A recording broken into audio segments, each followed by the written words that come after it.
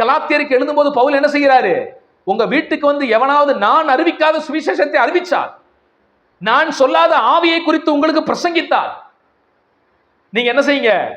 ரொம்ப எச்சரிக்கையா இருங்க, கேட்றாதீங்க அவன் வார்த்தைய. இன்னைக்கு பவுல் பிரசங்கிக்காத அநேக ஆவியை குறித்து பிரசங்கம் பண்றான். ஆவி ஆவி ஆவி. எந்த சபையை பார்த்தாலும் இன்னைக்கு ஆவி. அது எந்த ஆவி?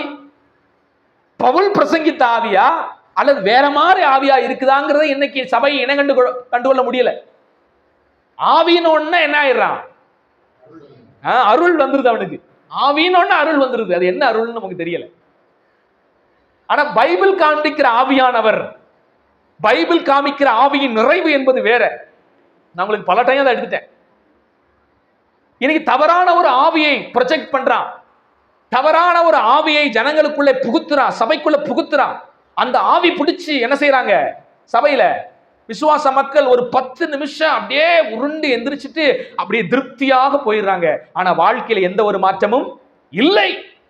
பல கணவன் சொன்னாங்க எனக்கு போன் பண்ணி, பிரதர் என் மனைவி சபையில அப்படியே அந்நிய பாஷையில நிரம்புறா, ஆவியில நிரம்புறா, உருந்து பெறல்றா, ஐயோ அவ்வளோ பெரிய அபிஷேகம் பிரதர்.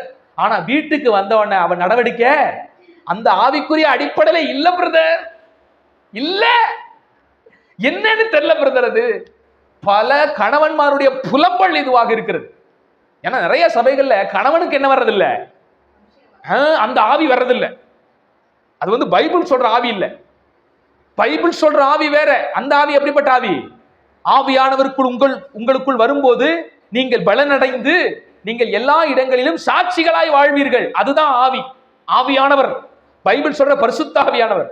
ஆனா இன்னைக்கு இருக்கிற ஆவி சாட்சியெல்லாம் சொல்லுது, ஆனா சாட்சியா வாழ மாட்டேங்குது.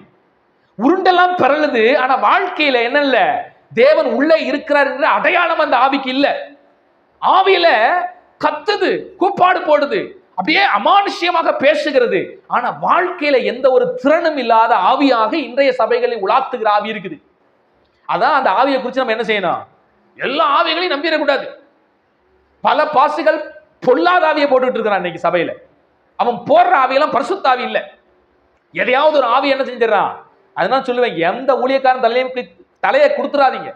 ஏதாவது ஒரு ஆவி அவங்க மண்டையில போட்டு என்ன செஞ்சிருவான்? ஆமா போயிருவான். அந்த ஆவி வீட்டுல பிடிச்ச உடனே என்ன செய்ய வேண்டியது? அதுக்கப்புறம் என்னென்னமோ பண்ண வேண்டியதா இருக்கும். அப்புறம் தயவு செய்து வேதத்திலே அப்போஸ்தலர்கள் பரிசுத்த ஆவியை குறித்து என்ன சொல்லி இருக்கிறார்கள் என்பதை வேதத்தின்படி ஆராய்ந்து பாருங்க. நீ பைபிள் ஆராயறது இல்ல. விசுவாசிகள் பைபிள் எடுத்து என்ன செய்யறது இல்லை, உட்கார்ந்து அதற்கென்று ஒரு நேரத்தை கொடுப்பது இல்லை. டெய்லியும் பல்லு துறக்க ஒரு நேரத்தை கொடுக்கிறோம், குளிக்கிறதுக்கு ஒரு நேரத்தை கொடுக்கிறோம், சாப்பிட்றதுக்கு ஒரு நேரத்தை கொடுக்கிறோம். வேலைக்கு போனா கூட கரெக்டா என்ன செய்யறான்? அந்தந்த கேப்ல அந்தந்த வேலையை செய்யறதுக்கு ஒரு நேரத்தை ஒதுக்குறான். எல்லாத்துக்கும் நமக்கு நேரம் இருக்கிறது வாழ்க்கையில. ஆனா வேதத்தை கொஞ்சம் வாசிக்க, கொஞ்சம் ஆராய்ந்து பார்க்க நமக்கு என்ன இல்லை? இன்னைக்கு விசுவாசிகளுக்கு நேரம் இல்லை. அவ்வளவு பிஸி ஆயிட்டோம் நினைக்கலாம். ஆனா ஆதி சபை எப்போது பார்த்தாலும் வேதத்தை என்ன செஞ்சிச்சு? டெய்லி வேத வாக்கியங்களை ஆராய்ந்து பார்த்தார்கள் அவர்கள். அப்படி ஆராய்ந்து பார்த்த சபை தான் ஒர்த்தபிளான சபையா இருந்துச்சு. இன்னைக்கு நீங்க கர்த்தருடைய வார்த்தை என்ன செய்யணும்? ஆராய்ஞ்சு பார்க்கணும். அப்பதான் உருப்பட முடியும். கர்த்தருடைய வார்த்தையை ஆராய்ந்து பார்க்காத எந்த ஒரு சபையும் என்ன செய்ய முடியாது? எந்த ஒரு தனிப்பட்ட மனிதனும் வாழ்க்கையில் உருப்பட முடியாது. தவறான போதனையிலே போய் சிக்கிக் கொள்வீர்கள், ஜாக்கிரதை.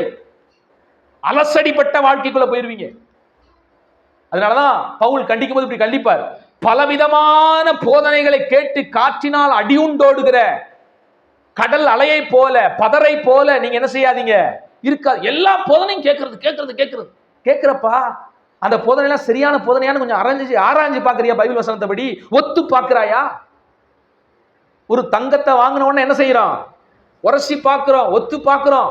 இது எவ்வளவு தங்கம் இருக்குது, எத்தனை கேரட் எல்லாம் பார்க்கிறோம். ஆனா போதனையை குறித்து மட்டும் என்ன பண்றது இல்ல? அதை உரசி பார்க்கறது இல்ல, அது பகுத்து பார்க்கறது இல்ல, வேதத்தின் அடிப்படையில் சரியானு பார்க்கறது இல்லை. இன்னைக்கு ஏதோ ஒரு கவர்ச்சியில அந்த போதனை ஏற்றுக்கொள்கிறோம். இன்றைக்கு இப்படி ஏற்றுக்கொள்ளக்கூடாது. தேவனை புரிந்து கொள்ளுங்கள். எழுகு இந்த பகுதியில் அதை என்ன செய்யற நமக்கு புரிய வைக்கிறார். நம்ம எச்சரிக்கையா இருக்கணும். பல சமயங்கள்ல தேவனுடைய பண்புகளை நம்ம என்ன செய்யணும்? புரிஞ்சுக்கணும். ஒரு பக்கம் தேவன் நம்மை பாதுகாக்கிறார் தான். அக்கிரமக்காரர்கள் நம்மை மீது ஆளுகை செய்யாதபடி தடுக்கிறார் தான். ஆனா பல சமயங்கள்ல அக்கிரமக்காரர் நம்மை போட்டு மிதிக்கும்படியாக ஒப்பு கொடுத்து விடுகிறார். ஏன்? நாம தேவ வார்த்தைக்கு கீழ்ப்படியாதனால விட்டு கொடுத்துட்டு போயிடுறாரு. அப்படியாவது நொறுக்கி கீழ்ப்படிஞ்சு வரட்டும்னு சில நேரத்தில் விட்டு கொடுத்துட்டு போயிடுறாரு. நம்ம தான் பவுல் 1 கொரிந்தியர் 5ஆம் அதிகாரத்துல சபையிலே விபச்சாரம் பண்ணின அந்த நபரை யாருக்கு ஒப்பு கொடுக்க சொல்கிறார்? சாத்தானுக்கு ஒப்பு கொடுங்கள். அவன் போட்டு புடைக்கிற புடையில, அவன் போட்டு அடிக்கிற அடியில அப்பயாவது உணர்ந்து என்ன செஞ்சுட்டான்? வரட்டும் சில நேரத்தில் அவன் விட்டு கொடுத்துட்டு போயிடுறாரு. கள்ள போதகரே, கள்ள ஊழியரிடத்துல சிக்கி கொண்டிருக்கிற விசுவாசிகளும் அப்படிப்பட்ட நிலைமையில தான் இருக்காங்க. சாத்தானிடத்திலே ஒப்பு கொடுக்கப்பட்டவர்களாக அவங்க இருக்கிறாங்க. இன்னைக்கு அவங்க கண் திறக்கப்படாதவர்களாய் ஏதோ ஒரு பக்தி என்கிற போதையில சிக்கி தவித்து இன்னைக்கு அநேக விசுவாசிகள் இருக்கிறாங்க. ஆரோக்கியமான சத்தியத்தில் அவர்கள் பலப்படல. ஆரோக்கியமான சத்தியம் எதுவென்றே அவர்களுக்கு என்ன செய்யல, தெரியல. பல விசுவாசிகளுக்கு பக்தி இருக்கிறது. சொல்றான், எங்க பாஸ்டர் கட்சிப்பை ஜெபம் பண்ணி தந்திருக்கிறார், எங்க பாஸ்டர் தண்ணீரை ஜெபம் பண்ணி கொடுத்திருக்கிறார், எங்க பாஸ்டர் எண்ணெயை ஜெபம் பண்ணி கொடுத்திருக்கிறார், அந்த எண்ணெயை நான் 500 ரூபாய்க்கு வாங்கிட்டு வந்திருக்கிறேன், அந்த கட்சிப்பை 1000 ரூபாய்க்கு வாங்கிட்டு வந்திருக்கிறேன். ஐயோ, இந்த எண்ணெய் பாட்டில வீட்டுல கட்டி வச்சா போதும், என் சாபம் போயிடும். இந்த நம்பிக்கை எல்லாம் எதனால? துருபதேசத்தினால சிக்கி தவிக்கிறாங்க மக்கள் இன்னைக்கு. இயேசு உள்ள வந்துட்டா ஏயா இது? ஒரு மனிதன் கிறிஸ்துவை ஏற்றுக்கொள்ளும் போது ஆண்டவரே அவன் இருதயத்துக்குள்ள வந்துடுறாரு. அப்ப அவனுடைய சரீரத்துக்குள்ள இயேசு வந்ததுக்கு அப்புறம் எனக்கு ஏன் இதெல்லாம்? இந்த மாதிரி நம்பிக்கைகள் எனக்கு தேவையில்லை என்பதை அவர்களுக்கு புரிய மாட்டேங்குது. கேட்டா பைபிள்ல இருக்கிற சில காரியங்கள் எல்லாம் தவறாக விளக்கப்படுத்துவது. பைபிளிலே ஒரு குளம் இருக்கிறது, ஆட்டு வாசல் அருகே பெதஸ்தா குளம். அந்த யூதர்கள் மத்தியில ஒரு நம்பிக்கை எனக்கு இருந்துச்சு. என்ன நம்பிக்கை? எப்பேற்பட்ட வியாதியஸ்தனாக இருந்தாலும் அந்த குளத்தை சுற்றி காத்து கிடப்பாங்க. எதுக்காக காத்து கிடப்பாங்க? ஒரு தூதர் வந்து அந்த குளத்தை வந்து கலக்குவானாம். அப்படி கலக்கப்படும் போது முதலாவதாக யார் இறங்கி அந்த குளத்தில் இறங்கி குளிக்கிறார்களோ அவன் எப்பேற்பட்ட வியாதியஸ்தனாக இருந்தாலும், நல்லா கவனிங்க, இது உண்மை இல்லை, இது யூதருடைய நம்பிக்கை. இது யூதருடைய, நம்ம ஊர்ல குளத்துல காசு போட்டா நல்லது நடக்குன்னு சொல்றான்ல, புரியுதுங்களா? எல்லா ஊர்கள்லயுமே கலாச்சாரத்துல ஒரு நம்பிக்கை என்ன செய்யும் இருக்கு, இப்படிப்பட்ட ஒரு நம்பிக்கை இருக்கும். அந்த கோயிலுக்கு போயிட்டு வந்தா நல்லது நடக்கும், அந்த மரத்தை சுத்தி வந்தா என்ன செய்யும், புல்ல கிடைச்சிரும். இது நம்பிக்கை. அதனால ஒரு மரத்தை சுத்தி வந்தா புல்ல கிடைச்சிருமா? நிச்சயமா மரத்தை சுத்தி வந்தா புல்ல கிடைக்காது. புல்ல கிடைக்கிறதுக்கெல்லாம் வேற ப்ராசஸ் இருக்கு, அப்பதான் புல்ல கிடைக்கும். அது ஒரு நம்பிக்கை. பொதுவா அப்படி சுத்தி வந்தாங்க, ஒரு 100 பேர் சுத்தி வந்தாங்கன்னா அதுல நிச்சயமாக என்ன செய்யும், 90 பேருக்கு, ஏன்னா அவங்க சுத்தி வந்தாலும் வராட்டி என்ன செய்ய கிடைக்கும், குழந்தை கிடைக்கதான் போகுது. அந்த 10 பேரு சுத்தினாலும் கிடைக்காது, சுத்தாட்டியும் கிடைக்காது. ஏன்னா யாருக்கோ கணவனுக்கோ மனைவிக்கோ என்ன இருக்காது, ஒரு குறைபாடு இருக்கும், ஆதலால் அவர்களுக்கு குழந்தை பிறக்காது.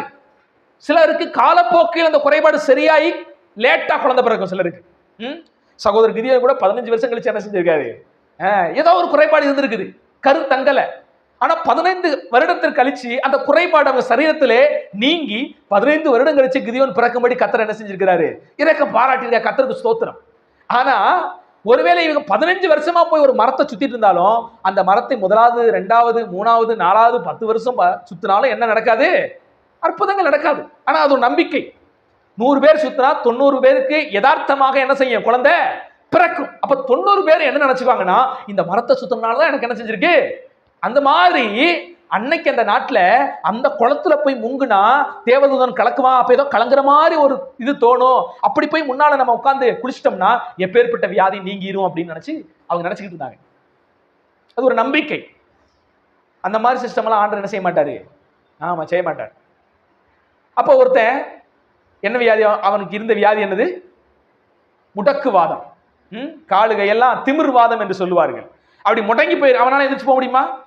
நல்லா யோசிச்சு பாருங்க.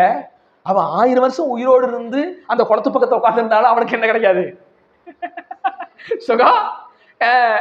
2 காலு இல்லாதவன் ஓட்டப்பந்தயத்தை ஜெயிக்க முடியுமா? இப்ப இவனுடைய சூழ்நிலை என்னன்னு பாருங்களேன்.